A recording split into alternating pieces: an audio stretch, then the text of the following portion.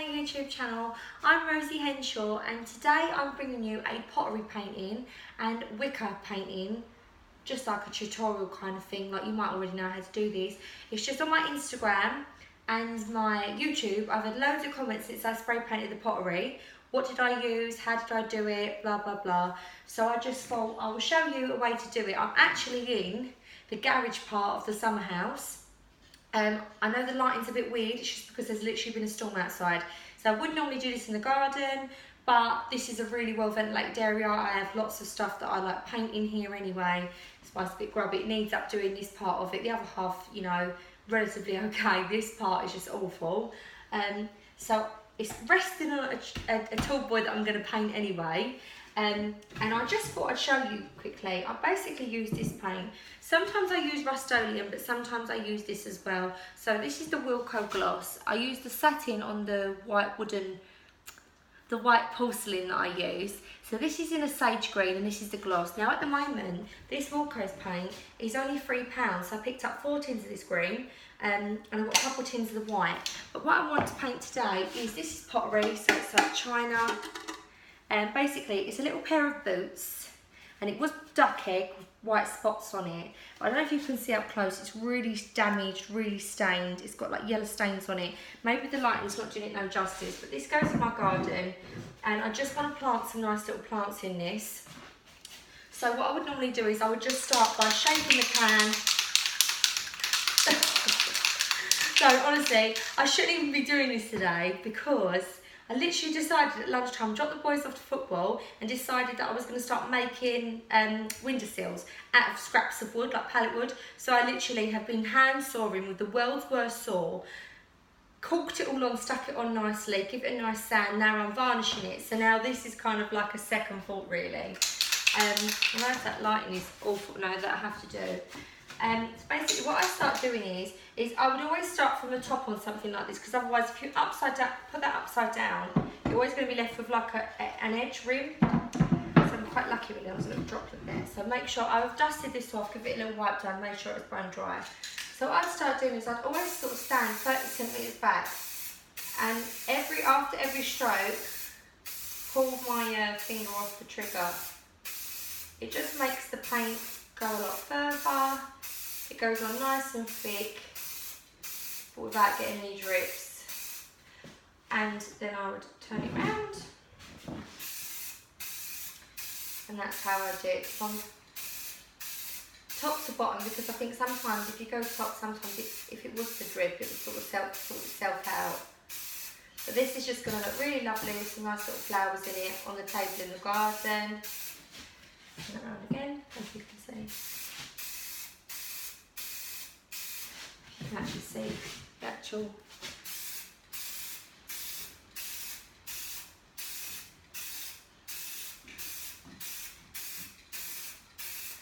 I don't know why I'm going silent. It's kind of therapeutic when I'm spray painting. Sorry. I know I get a lot of questions as well about how I spray my wicker, because I get a lot of people say I tried to spray my wicker and then go back and forward. And now just for the top part, just to make sure that there's no little marks. I'm not going to go inside the piece, but it's relatively quick. Oh, I'm going to make sure you can see my little armpits now. Relatively quick. And if you let this cure, and I mean properly, not just dry, not just bone dry, but I'm trying to pick it up from the inside. So now that's like a sage green. Oh, I've got a little dot on that there. Oh, it's a little bit of fluff. We'll get that off. It's sage green and it's all over, and it's pottery, and it's gonna last. Sounds a bit metal like that. Yeah. So I've done that, and I'm also gonna do a bowl. Now with the bowl as well, the same thing. I'm gonna turn this upside down, but when I spray this part, I'm not gonna go too close to the bottom. This is the red bowl that I got from the charity shop. So what I would do is I would just start by going round like this on the pottery, like I've done before. The sheen on this is so nice. I'm not going in too thick at the bottom. To be fair, you probably get away with doing third motions on this one. On my jars and pots and stuff, I tend to do it that way. I'm not going to get the right very bottom part, the underneath part, because one, you're not going to see it. Oh. One, you're not going to see it. And yeah, it's just going to make it difficult to move it when I want to get it off the edge. It's literally that simple. I'm going to put my hand in it. Over. You could really, if you wanted to, like kind of Christmassy, because look, it's got like kind of like a two-tone where it's still red on the inside. But then what I would do is I would literally, you can mask the inside off as well. You don't really have to if you have it upside down. And then what I would do is I would do the opposite side. That way. Last dry bit I've got. Twist it round. And what was a not a very nice red bowl is now going to be like a lovely sage green one that can go lovely on my display. And I've still got loads and loads and loads in the pot. I'm going to do something a little bit criminal now because I wouldn't normally do this, but because I want to spray paint something else.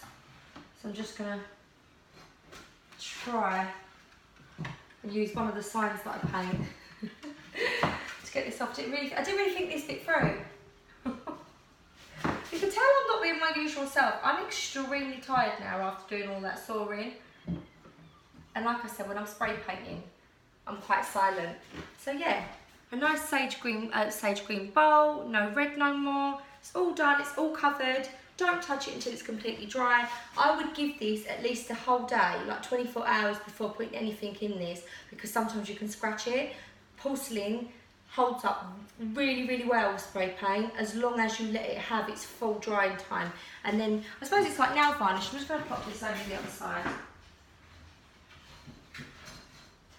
That's going to actually be like a little Halloween bowl.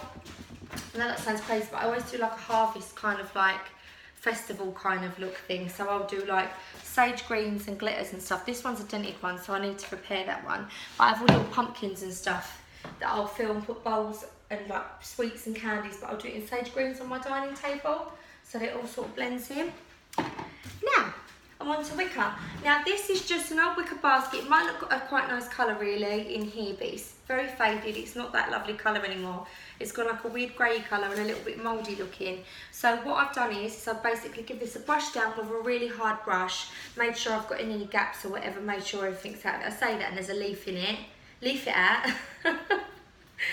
Oh my god, I'm getting worse. It's just cringier.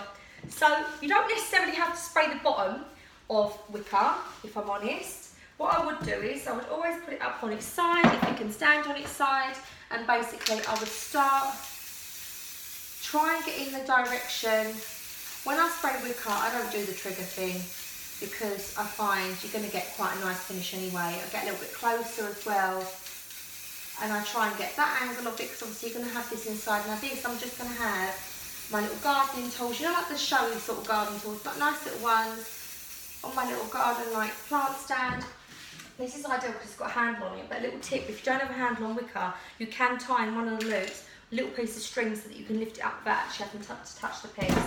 And then what I'm going to do is I'm going to bring it down that way because I was spraying in that direction and it was missing all the gaps underneath, so now I get to get all these gaps.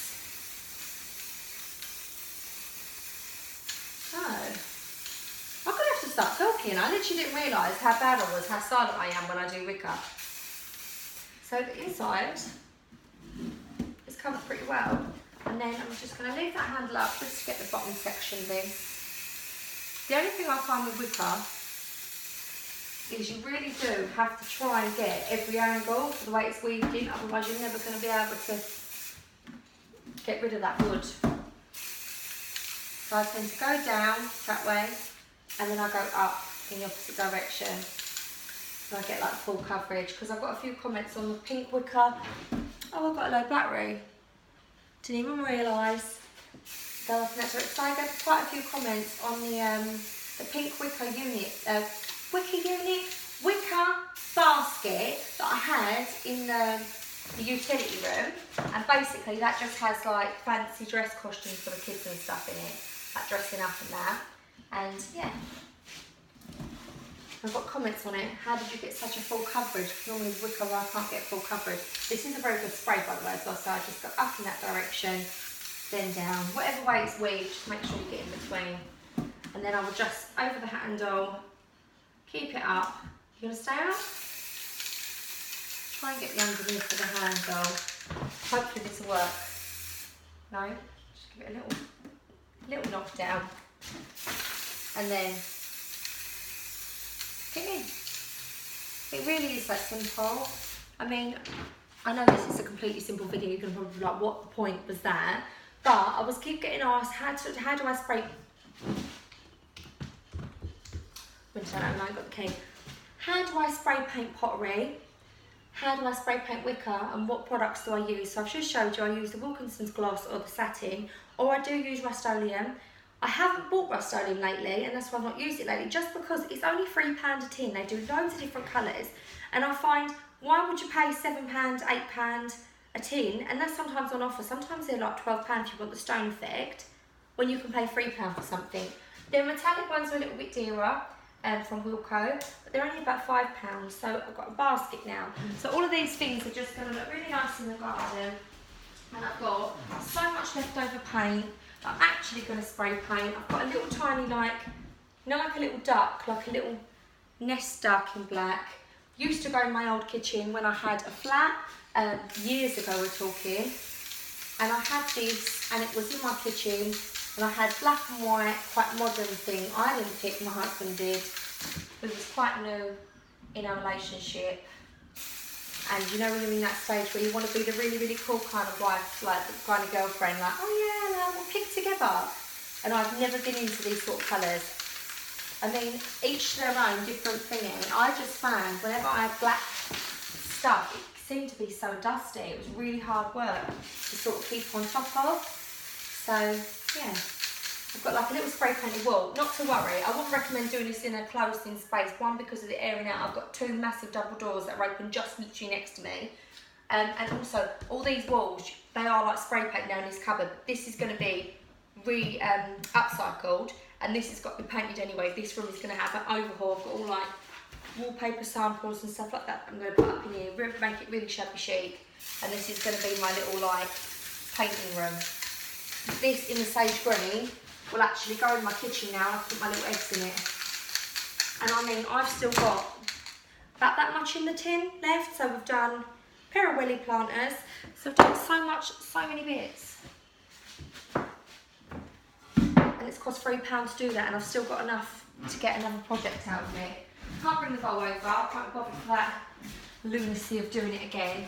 But look, and it's nearly bone dry actually now, like the baskets and stuff. I'm not going to put anything in them, they dry really quick. I'm not going to put anything in them, but I just wanted to show you Wilkinson spray paints and how I spray paint pottery. And this will literally last for ages, and so will the bowl. I'm going to get the bowl over just so that you can see the finish on it, so you know I'm not being crazy. It's just lovely. It's just really shiny still, so it looks like it's got a glaze that you can see a reflection in it. It's really, really nice, and it's in sage green. I've got loads of sage green things, don't worry, they're going to be scattered about different places, but it's really nice and smooth on the inside, like touch dry. I'm not actually going to put anything in it yet. Super shiny. This is going to look so nice with some fruit or something in it. So yeah, that's how I spray paint pottery. So now, obviously now you know how I do it. You might have already done this anyway, so you know. But if you do go in charity shops and you love the shape of something and you think, I really like that, but I don't like the colour of it, or you know, the patterns that are on it, you can just spray paint it. Whether it's china, whether it's metal, whether it's wicker, you can spray paint it. The wicker, I will say, I will have them in the garden. I normally put them on like some bricks or something so the water doesn't get underneath them, like not flat to the ground, so they don't get mouldy. And also, if you're going to put flowers in them, I put like black bags or some kind of liner inside before you put your compost and stuff. Because I did do one little planter and it just turned out ridiculous and it ended up going really mouldy at the bottom. So yeah, I hope you liked this video. I hope you enjoyed it. I hope you enjoyed the state of me because I got caught in the rain with the football.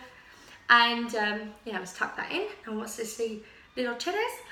So yeah, hopefully you enjoyed today's video. I'll be doing my try on Friday again on Friday. I know that's the kind of videos most of you enjoy, but I still like to do these little upcycle videos and things like that, and like my little charity shop hauls, because I love doing them. It's really me, stuff that I love, and I just thought, yeah, so ignore the camera angle. I'm sorry if it ain't the most amazing quality video, and you have a lovely rest of your week. Take care, bye.